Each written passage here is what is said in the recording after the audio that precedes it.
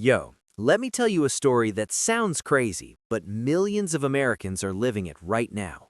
This dude worked extra shifts, skipped meals, sold his stuff. 6 months of grinding, he finally paid off his $3,000 credit card.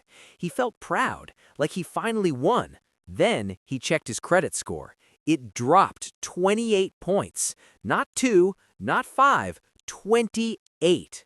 That's when he realized this credit game is not built for broke people. Why this happens? Credit scores don't reward effort, they reward structure. If you only have one card and you pay it off or close it, the system says you now have less credit history, more risk, so your score drops. Not because you did wrong, but because you don't look profitable anymore. The real problem in USA. This is why so many Americans feel trapped.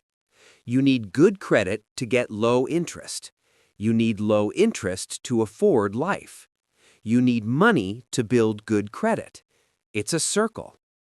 Rich people have multiple cards, high limits, family backup. Poor people have one card, small limit, no safety net. Same rules, different reality. Real solutions, broke-friendly. Never close your oldest card. Even if it's paid off, keep it open. Put one small bill on it. Netflix, phone bill, anything. Pay it every month. This keeps your score alive.